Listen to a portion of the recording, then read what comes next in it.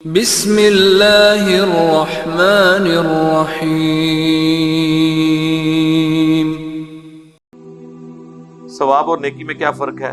جیسے سورہ اخلاص پڑھنے سے پورے قرآن کا ثواب ملتا ہے، کیا پورا قرآن پڑھنے والا سورہ اخلاص والا برابر ہو سکتا ہے؟ برابر نہیں ہے جی، ان معنوں میں نہیں ہے۔ اور پورا قرآن بھی کوئی پڑھ لے تو اس نے بھی اس میں سے کیا حاصل کیا اگر اس نے قرآن کی تعلیمات پر عمل نہیں کیا؟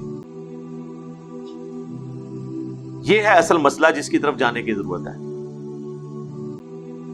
نماز میں کوئی پڑھے ایاک نعبد و ایاک نستعین، کہتے جی 1000 نفل روزانہ فلانے بزرگ پڑھتے سن، جی بزرگ 1000 نفل بھی 1000 دفعہ پڑھتے سن ایاک نعبد و ایاک نستعین، لیکن باہر نکل کے سیدھی جا کے بابے دی قبر تے بھی ڈگدے سن، بڑے بابے دی، پھر وہ بھی جا کے منگتے سن، تو انہیں پھر 1000 نفلیں جو کہ کڈیا کچھ بھی نہ نکلا۔ نماز پڑھنے سے بھی کچھ نہیں نکلے گا اگر کسی نے اپنے عقیدے درست نہ کیے قرآن و سنت کے مطابق۔ تو اصل چیز ہے تعلیمات کے مطابق۔ باقی یہ جو یہ فضائل ہے نا، یہ اپنی جگہ موجود ہیں، لیکن ان فضائل میں سے کسی کی آخرت نہیں سنورنی جب تک اس کے عقیدے درست نہ ہو۔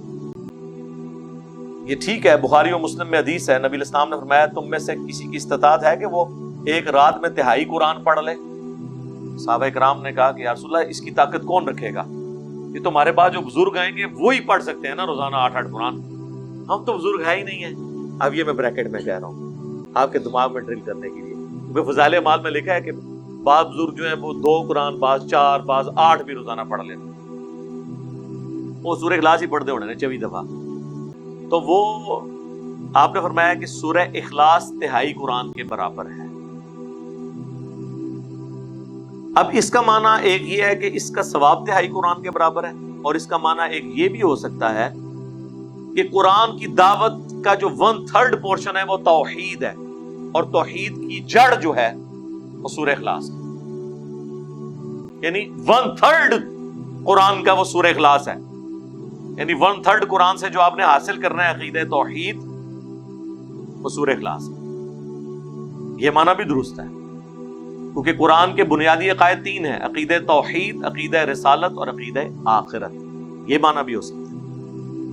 تو باقی یہ ثواب ضرور ملے گا، لیکن جو پورا قرآن پڑھنا اس کی الگ سے ایک فضیلت ہے۔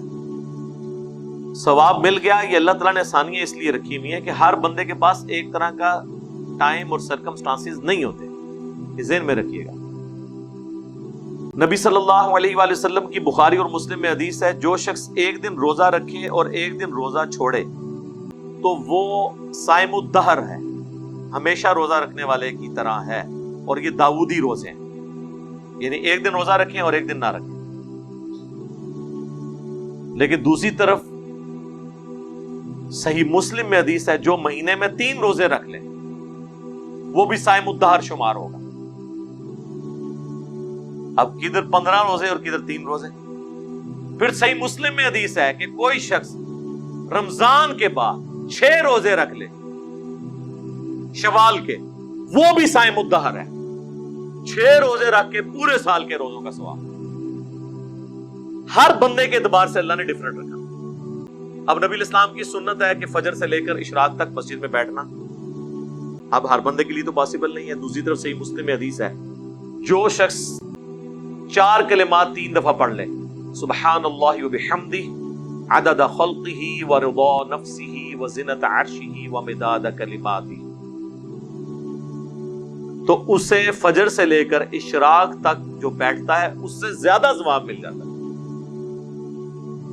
اب آپ کہیں گے یار یہ کس طرح ثواب مل گیا؟ بھائی اللہ کی مرضی، اللہ نے ہر لیول کے لوگوں کے لیے، یعنی اگر آپ یہ ایکسپیکٹ کریں گے کہ پرائم منسٹر صاحب فجر سے لے کے اشراق تک مسجد میں بیٹھے رہے، نہیں سر، ان کو اللہ نے اسے بڑی ذمہ داری دی ہوئی ہے۔ انہوں نے یہی پڑھنا ہے، سبحان اللہ وبحمدہ عدد خلقہ ورضا نفسہ وزنۃ عرشہ ومداد کلماتہ، 4 دفعہ وہ پڑھ لیں، 4 کلمات 3 دفعہ، بس ان کے لیے کافی ہو جائے گا۔ ان کو اس طرح کے معاملات میں پڑھنے کی ضرورت نہیں ہے کہ وہ اپنا اصلی کام چھوڑ کے ان کاموں میں لگ جائیں۔ ٹھیک ہو گیا؟